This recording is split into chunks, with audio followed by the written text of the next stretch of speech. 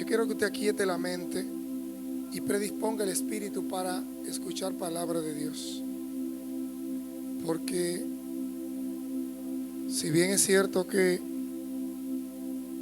cuando adoramos a Dios con tambores, a son de bocina y de júbilo, Él viene, gloria al Señor. Hay un momento que el corazón, la mente humana, tiene que callarse para que pueda entrar la voz de Dios. Ahora yo quiero que usted ahí de manera silente dígale: Señor, háblame. Háblame, porque lo necesito. Yo quiero que el pianista se mantenga con un nivel de fondo, bendito Dios, bien bajitico, pero una melodía dulce, porque la música es un instrumento de Dios para permitir que lo mejor de Dios entre a nuestro corazón. Gloria a Jesús. Yo quiero que usted detenga todo lo que esté haciendo ahora, por favor, porque quiero hablar con usted de parte de Dios esta palabra. Y es un tema que el Espíritu Santo trajo a mi vida de una manera así como de repente, y tuve que prácticamente ponerme a eso, como cuando te lo mandan a hacer un trabajo urgente. Gloria a Jesús, porque Dios sabe cuál es la necesidad de la iglesia en este tiempo, y también sabe cuál es la demanda que hay en esta generación. Por lo cual, en esta mañana yo quiero predicarte con el tema: los tres espíritus que operan en la tierra en esta generación. Aleluya. Mateo capítulo 6, versículo 24, por favor. Ninguno puede servir a dos señores, porque aborrecerá al uno y amará al otro, o estimará al uno y menospreciará al otro. No podéis servir a Dios y a las riquezas. Bendícenos de nuevo a través de tu palabra, en el nombre de Jesús. Amén y amén. Los tres espíritus que operan en la tierra en esta generación. En la palabra que yo traigo para ti hoy, hay algunos propósitos que me he propuesto dejar muy claros en tu corazón. Y es, número uno, ¿cuáles son esos tres espíritus que operan en la tierra, en el mundo actual, en medio de esta generación, que tú debes aprender a reconocer? Y número dos, ¿qué hacer y cómo actuar ante la presencia de estos tres espíritus que operan de manera puntual en este tiempo? Y yo quiero tener tres tópicos, esos tres espíritus, de una manera detallada, aunque no tengo la intención de ser muy extenso en mis palabras. Lo primero que yo quiero hablarte es acerca del espíritu de Mamón. Diga conmigo: espíritu de Mamón. Claro, ¿verdad? Un nombre extraño. ¿Qué es el espíritu de Mamón? Es el principal espíritu que está operando en este tiempo, y que yo necesito que tú entiendas bien de quién se trata, y también aprendas cómo actuar cuando estés frente a él o cuando estés ante la operación del mismo. El espíritu de Mamón. Nosotros hemos tocado lo que dice el Evangelio de Mateo capítulo 6, versículo 24 en adelante. Y el mismo pasaje se reitera por el evangelista Lucas en el capítulo 16, versículo 3. ¿Quién es Mamón? ¿Cómo opera ese espíritu? En la Reina Valera antigua, es decir, la versión que teníamos antes de esta que usted y yo acabamos de aparece claramente transcrito en ese pasaje que yo acabo de leer. Específicamente este nombre con el cual se identifica un espíritu que opera en la tierra, no desde ahora, no comenzó a operar la semana pasada, no es precisamente en esta generación que comenzó a operar, pero que opera con mucho más fuerza en este tiempo. Aquí nosotros hemos hablado en el 24 acerca de que nadie puede obedecer a dos señores, porque va a amar a uno y por vía de consecuencia tendrá que aborrecer al otro. Obedecerá a uno y como no puede centrar su atención en ambos, por vía de consecuencia desobedecerá al otro.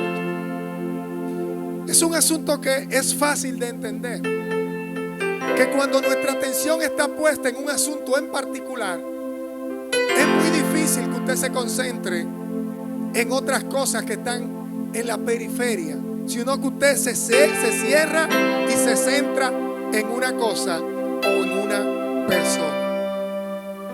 Que no se puede servir a dos señores. Y sigue diciendo en el mismo pasaje, no puede servir a Dios y a Mamón. Diga conmigo, a Dios y a Mamón. Y yo quiero desglosar un poquito qué es Mamón. Mamón es una deidad pagana de las regiones de Palestina, cuyo nombre aparece originalmente en arameo en tiempos en que se desarrollaba la historia del Nuevo Testamento. Es una deidad cuya representación es una figura humana grande que porta una bolsita en la mano, que porta una pequeña funda de tela en donde se estilaba en la antigüedad a colocar allí cosas de alto valor monetario. Entiéndase, dinero, oro o un equivalente. En el Nuevo Testamento, como fue escrito en el idioma griego, aparece como mamonás. Así aparece. ¿Y qué es en efecto este sustantivo, este nombre? Conforme a la enciclopedia o a la referencia Strong, aparece extraída esta palabra con el número 3126 y dice que es originaria de las regiones de Caldea. Significa literalmente confianza, riqueza personificada. Confianza y riqueza personificada. Mamonás representa directamente la avaricia, la riqueza. Esta palabra deriva de una voz aramea que significa ventaja, avidez, avaricia, codicia, para referirse al Dios de las riquezas y de la codicia. En estos días es más evidente que nunca ver cómo incluso los creyentes más arraigados y de mejor doctrina se encuentran arrastrados por Mamón o Mamonás. Es un espíritu que entra muy sigilosamente en la mente de las personas, y déjame decirte que tiene mucho asidero, porque hay muchas razones para que nosotros le demos entrada a él. Este Dios o esta deidad pagana llamada Mamón, cuya representación es la opulencia, las riquezas, es por demás también la representación de los afanes. En la parábola del sembrador narrada por el evangelista Lucas en el capítulo 8, versículo 14, Jesús narra esta representación, esta ilustración a los oyentes, y dice muchas de las causas por las cuales la semilla de la palabra no permanece en el corazón de la persona cuando la recibe. Algunos porque los demonios la roban a través del entretenimiento. Otros porque quizás son personas de doble ánimo y comienzan bien una cosa pero nunca logran terminarla. Sin embargo, en esta específica parte de Lucas 18:14, en la parábola del sembrador, Jesús dice que cuando algunos recibieron la palabra con alegría, con entusiasmo, con seriedad, luego que la recibieron, la semilla cayó en la tierra. Dice que entonces, después que cayó y germinó, dice que comenzaron a crecerle espinos. Luego Cristo llama aparte a sus discípulos y le explica a qué se refiere cada una de las tierras o lugares en donde cayó la semilla que representa la palabra del evangelio. Una cayó junto al camino, otra cayó en buena tierra, otra cayó en pedregales, otra cayó en un lugar en donde después que germinó le nacieron espinos. Me llama mucho la atención que dice que la semilla cayó en una tierra buena como para poder germinar, que la semilla germinó y que luego que germinó le nacieron espinos. Y es aún más atractivo y llama la atención cuando Jesús explica qué es cada cosa. Y Él dice: los espinos son los afanes y la vanagloria de este mundo. Es decir, en ese pasaje aparece que la causa por la cual muchos no prosperan en el evangelio es precisamente por la operación del Dios o del demonio llamado Mamón. Porque los espinos no crecen antes de la semilla germinar. Los espinos crecen alrededor tuyo luego que aceptaste el mensaje de la palabra de Dios, luego que hubo una fe generada por el oír con atención y que ya la palabra tiene la intención y la manifestación de comenzar a tener sus primeros efectos en tu vida. Nunca va a aparecer más afán, más ocupaciones, más cosas que hacer, más compromiso, más problemas, más trabajo, más codicia, más necesidades, más dinero, que cuando tú quieres dedicar tu vida al Señor. En ningún otro momento de la vida humana va a haber más vulnerabilidad a los afanes del día a día que cuando ya tú te has propuesto en tu corazón hacer algo serio para Dios. Si yo pidiera a cada uno de ustedes testimonios de qué pasó a partir del día en que le dijo un sí al Señor, estaríamos total y plenamente de acuerdo. Que nunca va a haber más demanda de tu persona en el trabajo, en la familia, en la escuela o donde sea, que cuando tú te decides a actuar en la dirección en la que soplan los vientos del Espíritu de Dios. A su nombre. Y vemos operar a Mamón como una representación del Dios de la codicia y de los afanes. Porque no hay codicia sin afán. A veces tú ves una persona que para tu juicio es una persona humilde. Escúchame bien lo que le estoy diciendo. Para tu juicio es una persona sencilla. Es una persona dedicada. Pero cuando tú analizas su afán, te das cuenta que la codicia ha encontrado un lugarcito en el corazón. Porque no hay afán codicia. Para todo lo que se codicia es puesta en marcha una serie de acciones incesantes que se pueden denominar como afán. En una ocasión, hace un tiempecito, le comenté la diferencia entre una persona ocupada y una persona afanosa. Una persona ocupada resuelve. Una persona afanosa se involucra en muchas cosas y no las resuelve ninguna. El apóstol Pablo era un arduo predicador que viajaba a cualquier lugar del mundo donde fuera necesario o donde lo enviara el Espíritu, pero se ocupaba en sus asuntos personales de trabajo, en la confección de tiendas o de carpas para habitar.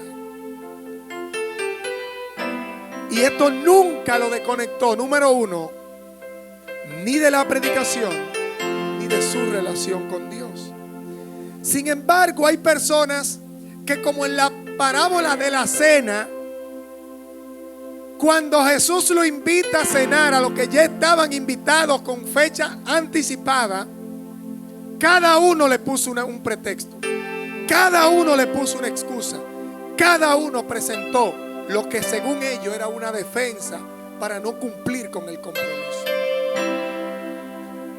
Y allí lo manda a buscar y le dice uno: acabo de comprar una hacienda y debo ir a verla.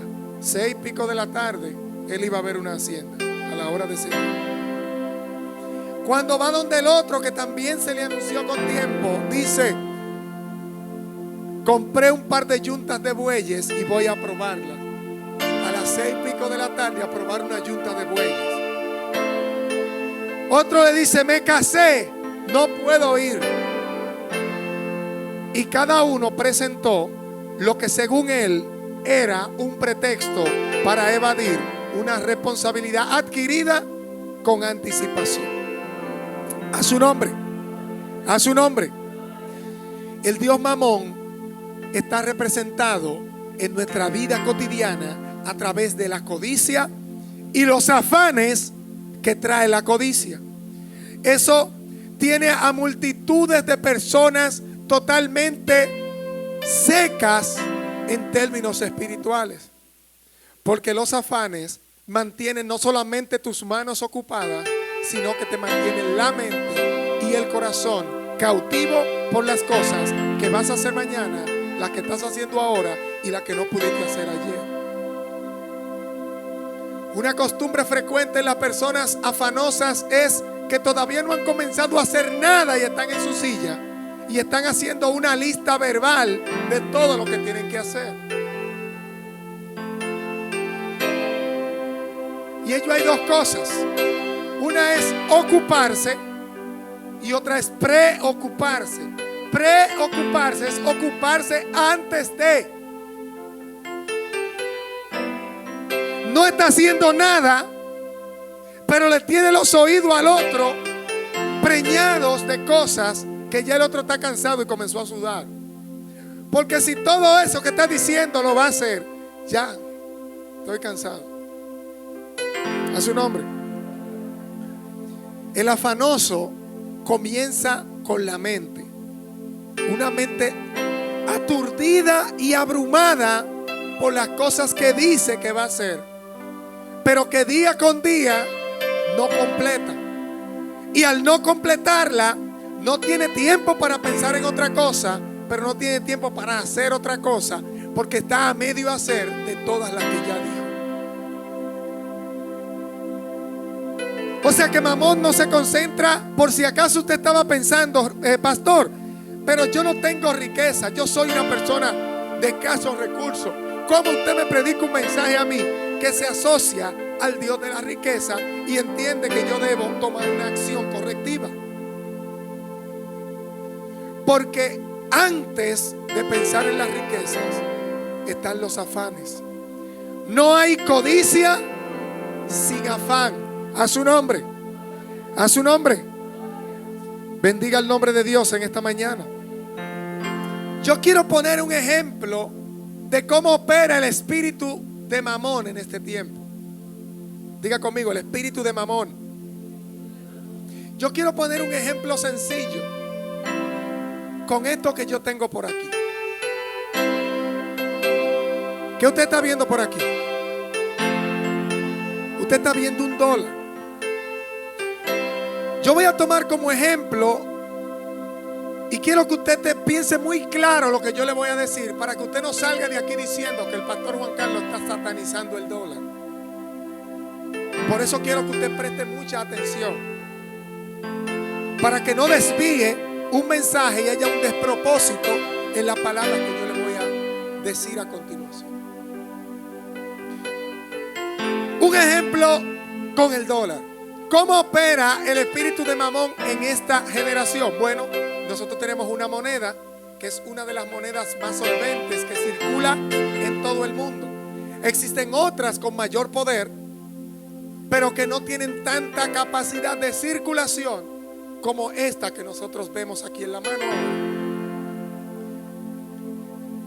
Regularmente las monedas de los países tienen algo que la sostiene, porque este papel por sí solo tiene muy poco valor. ¿Qué es lo que hace que un papel moneda valga algo? En algunos países, como es el caso del nuestro, los pesos se llaman pesos oro, porque cada una de las cosas que puede hacer el peso está respaldada por las reservas de oro que tiene nuestra nación.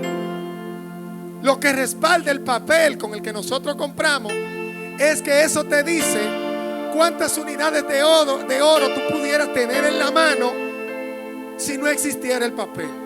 Y eso te da una referencia internacional de cómo tú pudieras valorar una cosa frente a la otra. Una libra de arroz frente a unos cuantos gramos de oro. Como tú no vas a andar con oro para arriba y para abajo, el peso está respaldado por el oro del país en donde tú vives. Muchas naciones tienen sus monedas respaldadas por alguna otra cosa más fuerte que el papel mismo. Algunos petróleo, en el caso de nosotros oro. En el caso de los Estados Unidos de Norteamérica, lo que hace que esta moneda sea tan fuerte es precisamente la confianza, diga conmigo, la confianza que hay en la bolsa de valores norteamericana.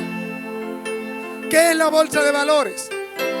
Es la representación monetaria del valor que tienen cada una de las empresas americanas que operan dentro y fuera de los Estados Unidos.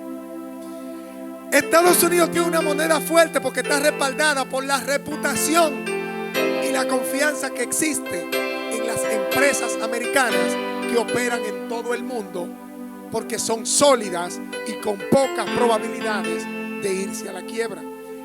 Y no es en oro. Si usted se fija, el dólar no dice $1 go, $1 oro. No, dice United States Dollars.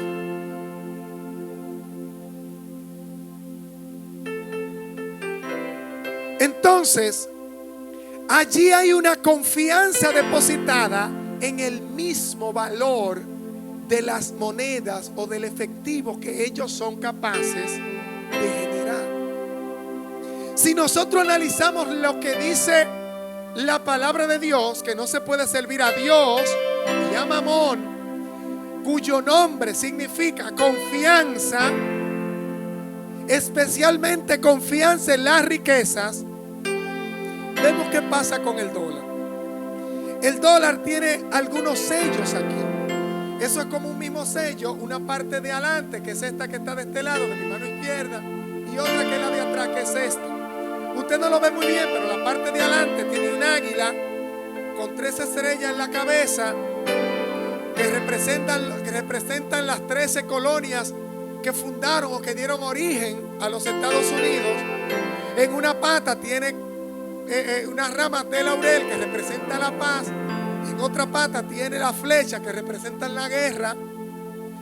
Y el águila misma, que es un águila calva, es la representación del esplendor y de la majestad y del poderío. Sello que aparece en casi todos los emblemas de los documentos oficiales de Estados Unidos, como el pasaporte, el dólar y en las monedas que tiene. Esa águila representa el orgullo, la altivez y las pretensiones de grandeza que, dicho sea de paso, pretende tener en sus manos, en sus garras, la guerra y la paz. Ahí vemos una manifestación de cómo opera el espíritu de Mamón a través de la confianza en sí mismo. Y es la sociedad más afanosa del mundo. Ahí no se duerme, ahí no se descansa.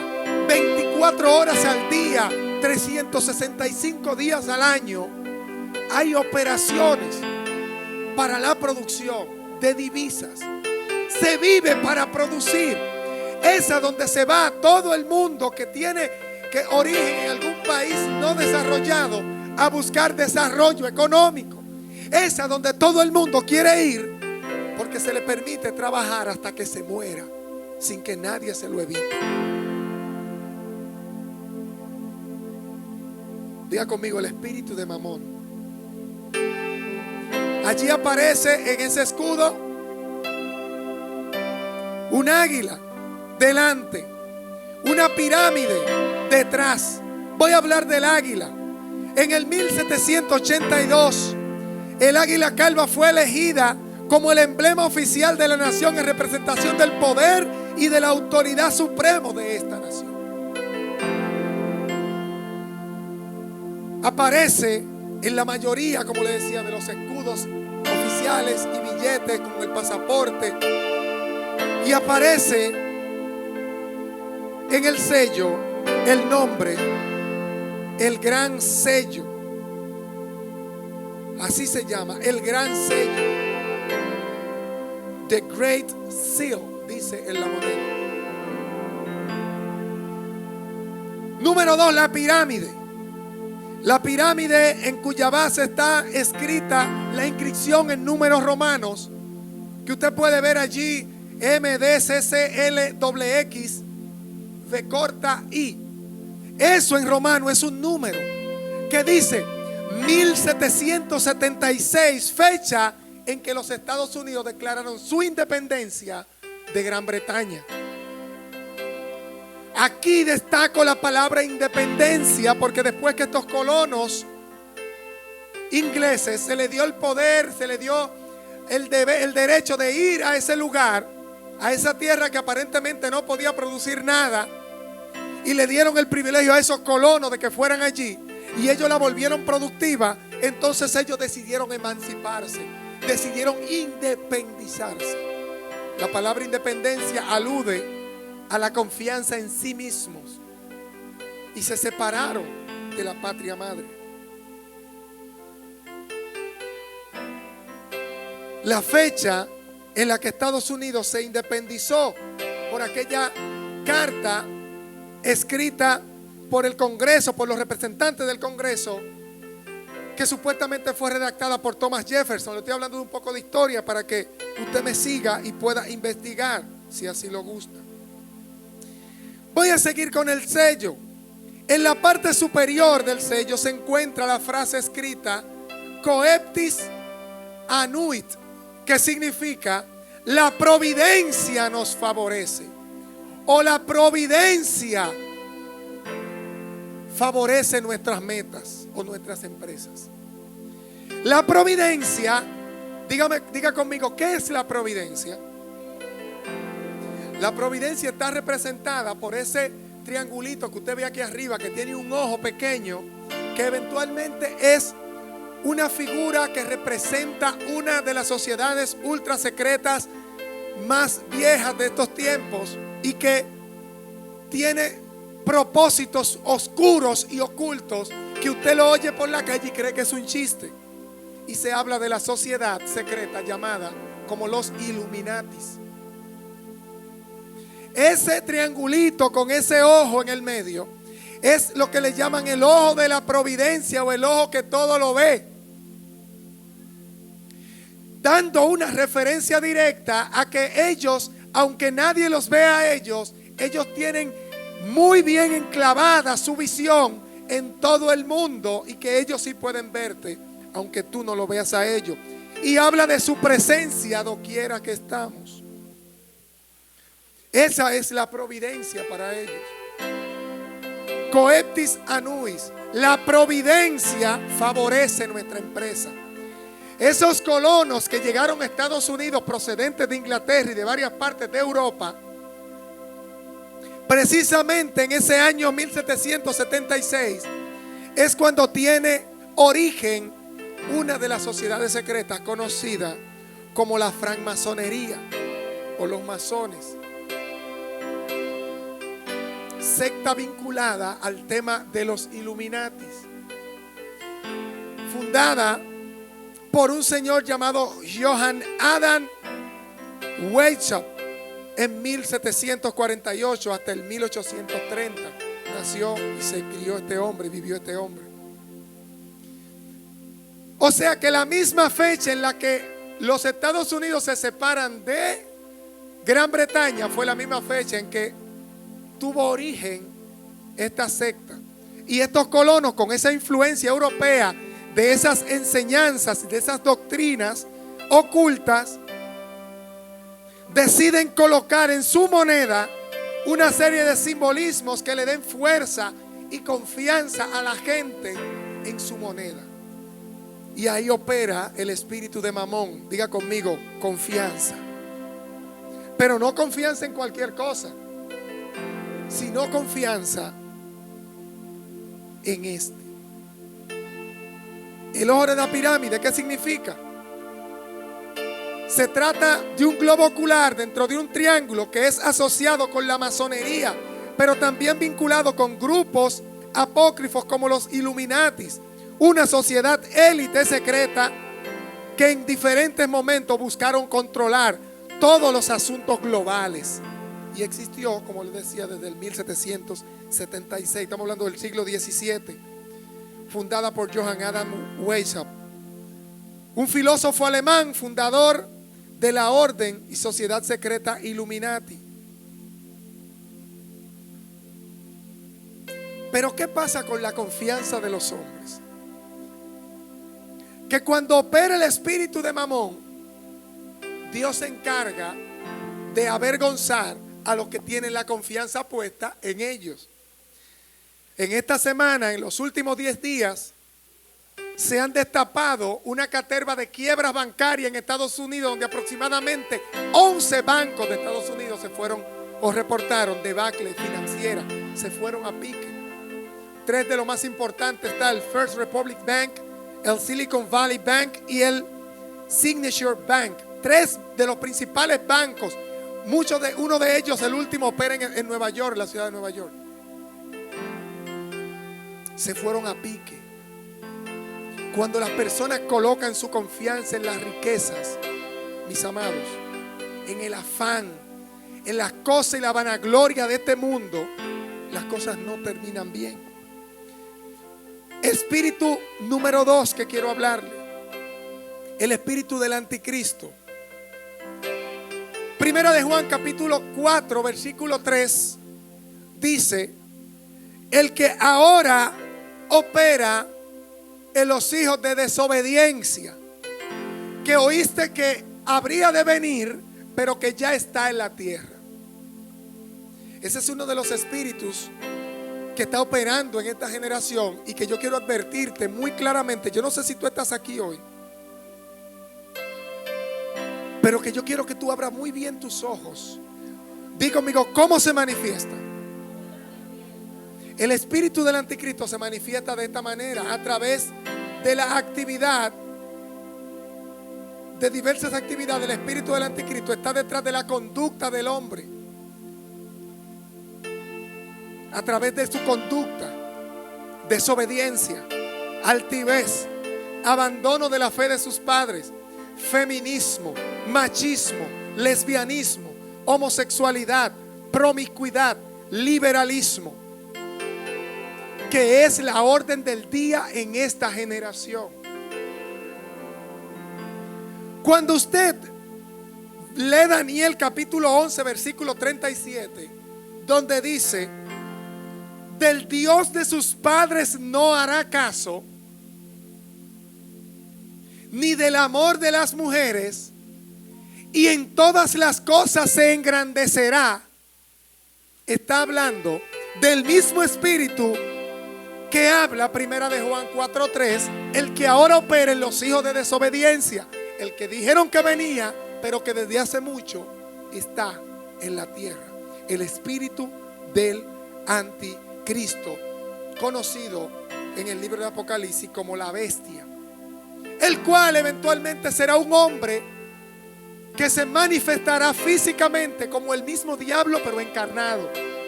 El equivalente a la encarnación de Dios en Cristo será el anticristo, la encarnación viva del mismo diablo. Señor lo reprenda. ¿Cuántos bendicen a Dios? ¿Cuántos bendicen a Dios? Cuando usted ve la conducta de la gente desobediente, habla de una conducta manifestada por Pablo en el libro de los Romanos, que dice cómo será el temperamento de los hombres en los últimos tiempos. Serán arrogantes, altaneros, inventores de males, impetuosos, intemperantes, deshonestos, arrogantes, altivos, agresivos, implacables. Dicho de muchas maneras, irrespetuosos, insolentes,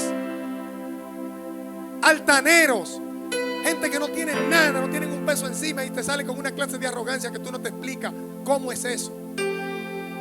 Gente que desde que por primera vez se echó el primer peso en los bolsillos se cree dueño del planeta y con la capacidad de humillar a quien se le antoje. Gente desobediente a los padres, dice así mismo el apóstol Pablo. Desobediente a los padres. A mí me llama mucho la atención que en un pasaje tan serio como ese, Pablo diga desobediente a los padres, como si estuviera regañando a niños. Cuando habla de gente desobediente a los padres, gente que desde su niñez cultivó la desobediencia a papá y a mamá de manera intencional, y que quiere usted aceptarlo o no, allí opera el espíritu del anticristo. Aunque usted sea un adulto, si es un desobediente a papá y a mamá, usted está operando bajo el espíritu del anticristo. Señor lo reprenda. La altivez, nadie es mejor que ellos. El abandono de la fe de sus padres, cuando dice Daniel 11:37, del Dios de sus padres no hará caso. Parece común y corriente ya que la gente, después que cumple la mayoría de edad, abandona la fe que sus padres le enseñaron cuando chiquitos y deciden ir a probar en ese miserable mundo todas las cosas que el diablo le ofrece. Y a propósito y a su propio riesgo abandonan la fe de sus padres y viven ya deseosos de salir de bajo la fragua de sus padres para hacer lo que se les viene en gana, abandonando la fe y abandonándolo todo para ir tras los deseos de su necio corazón. El abandono a la fe de los padres es un mal que se viene originando desde hace mucho. Muchos de nosotros, algunos de ustedes criados de forma en iglesia católica, otros criados en iglesia evangélica, otros en un momento de su vida simple y llanamente deciden que se van a apartar. Y tú le preguntas, ¿qué te hizo Dios? Y se le llena la boca de espuma y de paja. Porque cuando hacen una retrospectiva hacia atrás, se dan cuenta que lo único que hizo Dios en su familia fue bien. Y tú te preguntas, ¿por qué se fueron?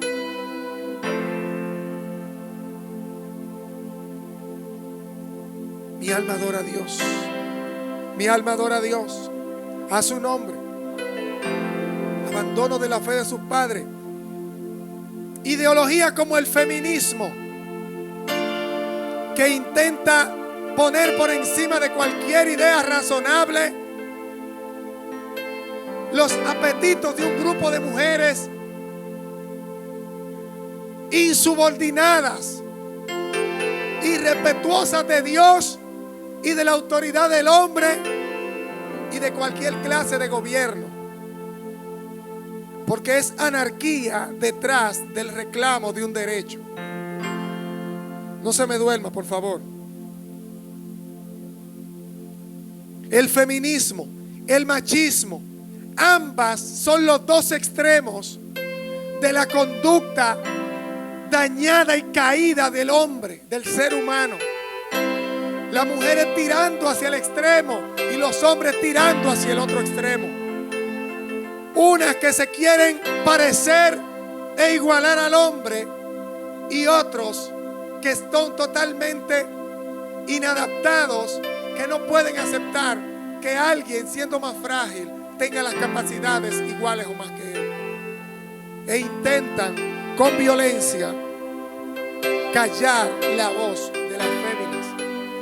Y allí vemos al ser humano repartido en dos bandos, en una necia lucha de derechos, cuando ninguno de los dos tienen derecho a hacer lo que hacen. El lesbianismo, que es un extremo del feminismo, en donde las mujeres se sienten tan hembras que entienden que no son necesarios los hombres y ya quieren resolver su problema entre ellas. Y comienzan con unas manifestaciones de vestimentas raras, de peinados raros, peinados y estilos que lastimosamente se han querido insertar incluso dentro de las iglesias. Tú ves a estas mujeres con la cabeza raspada de un lado, con los moños hacia el otro, una serie de aretes, una pintura extravagante, una ropa masculina, una locura. Y entienden que todo está bien y que yo no puedo predicar esto. Al nombre de Cristo sea la gloria. Pero se le va a dar un infarto al diablo porque lo voy a predicar.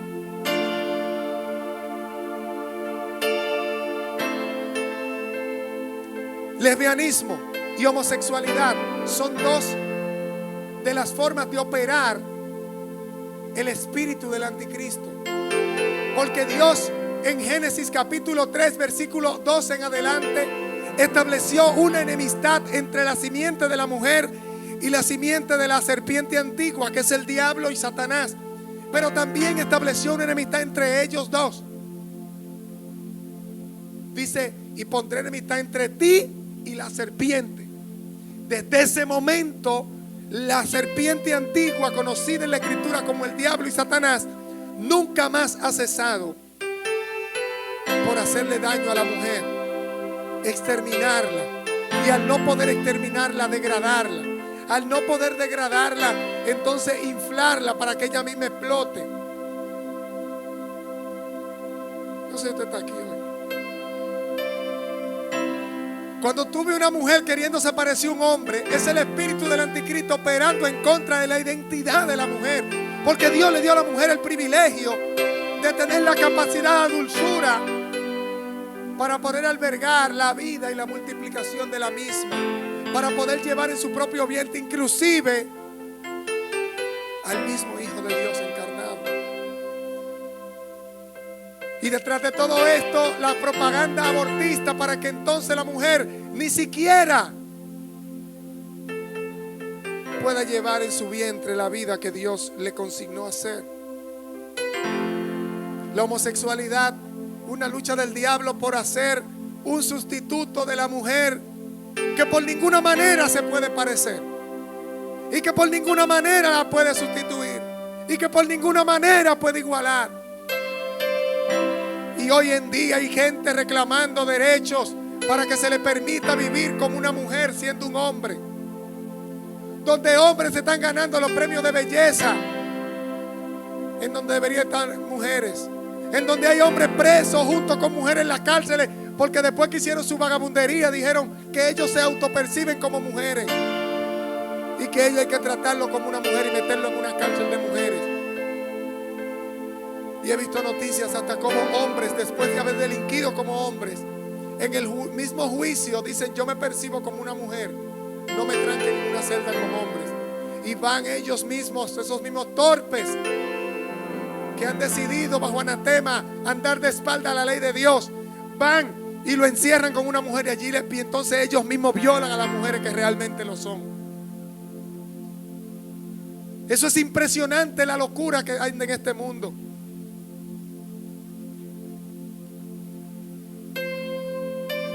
La promiscuidad es otro modo de operar del espíritu del anticristo. Puedo hacer con mi cuerpo lo que se me pegue la gana, sea hombre o sea mujer.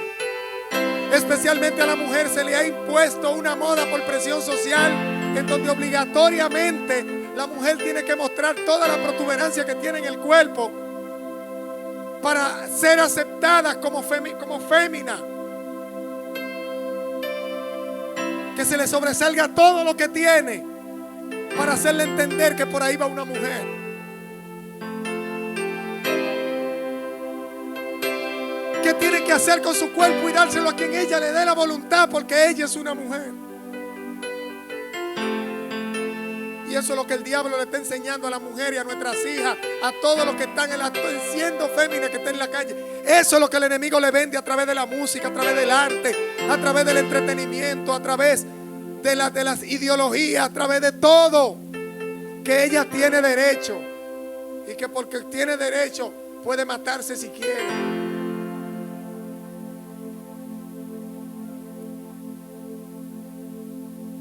Esto hay que apretar el estómago para no echarse a llorar, amados. Porque bien dice la Escritura: ay de las que críen. Ay de nosotros que todavía estamos criando y tratando de guiar a una serie de personas que piensan por sí mismos y que tienen la capacidad de, a través de lo que escuchan por fuera, cuestionarlo de adentro. Porque son mentes individuales y porque tienen derechos, se sienten con el derecho de refutar lo que ha dicho el Dios de sus padres. El espíritu del anticristo, amados, está más agresivo que nunca a través del liberalismo. El liberalismo, la idea de que el hombre, por el hecho de ser libre, es libre incluso para hacerse daño a sí mismo. Pero en cualquier sistema de leyes, la libertad tiene sus propios límites. La libertad tuya llega hasta donde no te dañes a ti y a tu sociedad. Pero esta generación no ha entendido. El espíritu del anticristo le ha hecho entender que si eres libre puedes hacer lo que se te pegue la gana y no pasa nada.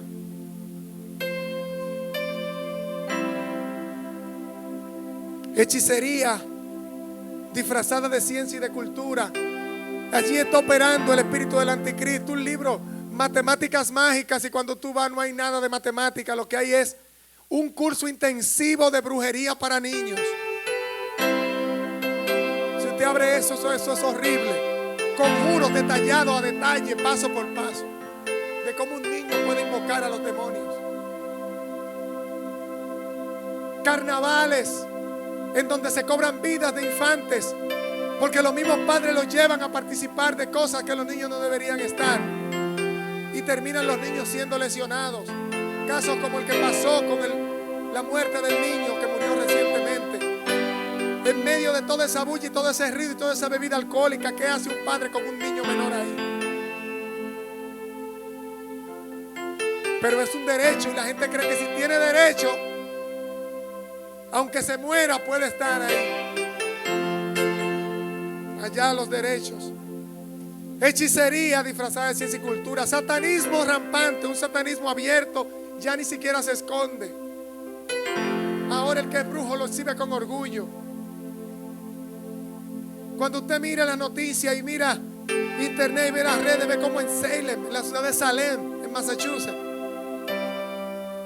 cada vez que soplan los vientos del otoño, le dan la bienvenida al Día de los Muertos, a la celebración de las brujas, donde más de 1500 brujos reconocidos reciben a millares y millares de turistas de todo el mundo en un famoso llamado turismo de brujería, donde en la ciudad de Salem, que se ha constituido en la ciudad de las brujas, se reúnen cientos y cientos de miles de personas y cientos de niños mueren en esos festivales y se desaparecen y se pierden, y aún así la gente compra un ticket de avión y se va a Salem a celebrar Halloween y el Día de las Brujas. Un turismo de brujería que deja cada año más de 140 millones de dólares en los bolsillos de unos cuantos por las visitas de esos turistas que van detrás de la brujería, donde miles y miles de brujos van a recibir cobertura de esos más de 1500 brujos certificados que hay en Salem. Y eso ya la gente no le da vergüenza, pero la gente quiere que a ti te dé vergüenza hablar en lenguas. El espíritu del anticristo quiere que a ti te dé vergüenza vestirte como cristiano. El espíritu del anticristo quiere que a ti te dé vergüenza tocar una tambor, un pandero, un güiro y cantar un corito. Pero ellos se van detrás de los brujos. Y supuestamente los irracionales son los evangélicos.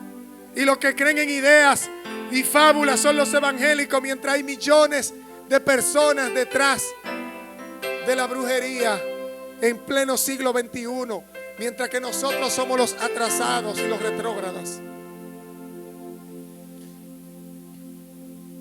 Pero yo quiero dejarte, como es característico del evangelio, una palabra de esperanza. Y es que de esos tres espíritus que operan sobre la faz de la tierra, específicamente esos tres, porque son como los patronos del resto, hay uno que te puede traer esperanza. Y es uno que oye bien lo que te voy a decir, te advierto que procures en la medida de lo posible y de lo imposible no separarte de él. Y ese es el Espíritu de Dios, que la Biblia lo llama como el Espíritu de adopción. Diga conmigo: el Espíritu Santo. El Espíritu Santo, que es quien tiene la encomienda de conservar a la iglesia pura y entregársela a Cristo como un padrino entrega a la novia el día de la boda del Cordero. Ese mismo Espíritu que te selló el día en que creíste. Ese mismo Espíritu que dice la Escritura que te guiará a toda verdad. Como dice 1 Juan 4, 1 al 2, no crean a todo espíritu. El que confiese a Jesús en carne, ese es el Espíritu de Dios. No crean a todo espíritu. Crean al Espíritu que dice que Jesucristo vino en carne, vivió entre los hombres, tuvo testimonio, padeció, murió, resucitó y fue exaltado en los cielos, para gloria de Dios el Padre y para salvación de todos. Si yo fuera usted, subiera ese aplauso. Ese Espíritu Santo de Dios es el mencionado por Juan 14:26, cuando lo menciona en el contexto de que Él es el consolador que enseña todo y que recuerda todas las palabras de Jesús. Él enseña, diga conmigo: Él me enseña todo. Si tú tienes dudas acerca del evangelio es porque quiere, porque la Biblia dice que el Espíritu le enseña todo. Y lo que tú te sabías que se te ha olvidado, dice, y Él les recordará mis palabras. No hay excusa para vivir una vida miserable espiritualmente. Romanos 8:18 habla en estos términos. No has recibido el Espíritu, no hemos recibido el espíritu de esclavitud, sino el espíritu de adopción, por el cual dentro de nosotros podemos decir a través del Espíritu: Abba, es decir, papito, Dios. El Espíritu Santo es el único Espíritu que puede hacer que tú entres delante del trono de la gracia con confianza, y en vez de decirle: oh Señor Altísimo, puedas decirle: Abba, papacito lindo, papi.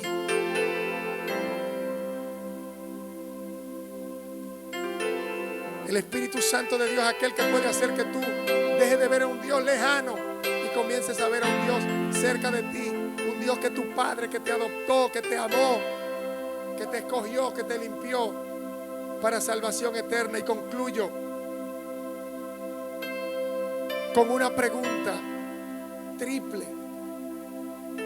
¿cómo actuar frente al espíritu de Mamón? El espíritu de la riqueza y de los afanes. Hebreos 4 dice: temamos pues, no sea que alguno de vosotros parezca no haber alcanzado la promesa, habiendo recibido la misma palabra que recibimos nosotros. Porque a nosotros mismos se nos anunció la misma palabra que a ellos, pero a ellos no les aprovechó, porque no acompañaron la palabra con fe en los que la oyeron. Entremos en el reposo del Señor, sin importar lo que usted esté haciendo, cualquier cosa que se amerite esfuerzo y sacrificio. Primero hay que llevarla delante del altar de Dios, y reposar delante del Señor, porque nada de lo que nosotros emprendamos de nuestra propia cuenta tendrá resultado por nuestros afanes, sino por Dios que nos da la fuerza y su Espíritu Santo con nosotros. ¿Cómo debo actuar frente al espíritu del anticristo? Primera de Pedro lo dice. Primera de Pedro habla que nos sometamos. Lo mismo que dice Santiago 4:7, someteos pues a Dios, resistid al diablo y él huirá de vosotros. Que parece una paráfrasis de lo que dice Segunda de Crónicas 30:11, que si se someten a mí, 38, que si se someten a mí, yo, dice el Señor, haré que tengan paz, que tengan seguridad, que tengan libertad. ¿Qué debo hacer ante la presencia del Espíritu Santo? Palabras sencillas dichas por Gálatas 5, Colosenses 6. Gálatas 5 dice que andemos por Él, que si vivimos por el Espíritu, andemos también por Él. Colosenses nos dice que andemos así mismo como recibimos al Señor, que así aprendamos a andar con Él. Con el mismo entusiasmo que recibiste a Jesús la primera vez, con ese mismo entusiasmo tienes que caminar y dejar de estar con esa cara larga que me da ganas de salir por esa puerta. Iglesia, te predicaba hace días que no pierdas el misterio. La iglesia no debe perder el misterio. Cuando la gente ve evidencia que te fue el misterio de la cara, entiende que se te fue el espíritu, que te quedaste seco. La gente debe entender por qué tú todavía, a pesar de que te están apretando, sigues sonriendo. A pesar de que hay dificultades, todavía sigue alabando. A pesar de que está apretado, viene a la iglesia. A pesar de que tiene fiebre, sigue adorando. A pesar de que tiene ocupaciones, sigue predicando. A pesar de que esté haciendo lo que esté haciendo, no te separa de Él. La gente no puede entender eso, porque esa es una paz que sobrepasa todo entendimiento. 3 espíritus que operan en la tierra en esta generación: el espíritu de Mamón, de los afanes y de las riquezas; el espíritu del anticristo, a través de la arrogancia, la altivez, las ideologías de género y demás, y temas como la hechicería y la arrogancia de la gente del mundo actual; y el Espíritu Santo de Dios, que, óigame bien, solamente va a estar en la tierra hasta que Cristo levante a su pueblo. El que se quedó aquí se queda atento a Él, porque el Espíritu va a tratar con Israel en el tiempo en el que Dios lo tiene determinado. Ya no estará más con los gentiles. El tiempo de los gentiles es ahora. Ahora el Espíritu está concentrado en ti, en tu salvación, en tu seguridad, en tu crecimiento, en tu desarrollo. Si sonó la trompeta, Él cumplió. Te entregó a los que se iban y se marcha a Israel a quitarle el velo a ese pueblo de Dios hermoso, por el cual debemos orar todos los días. Y se acabó el tiempo de los gentiles. Sin el Espíritu Santo, nadie podrá ser salvo. Nadie podrá ser salvo. Óigalo bien, sin el Espíritu Santo, nadie podrá ser salvo. Dar un aplauso al Señor. Que Dios te bendiga. Padre, gracias por tu amor. La persona que continúa.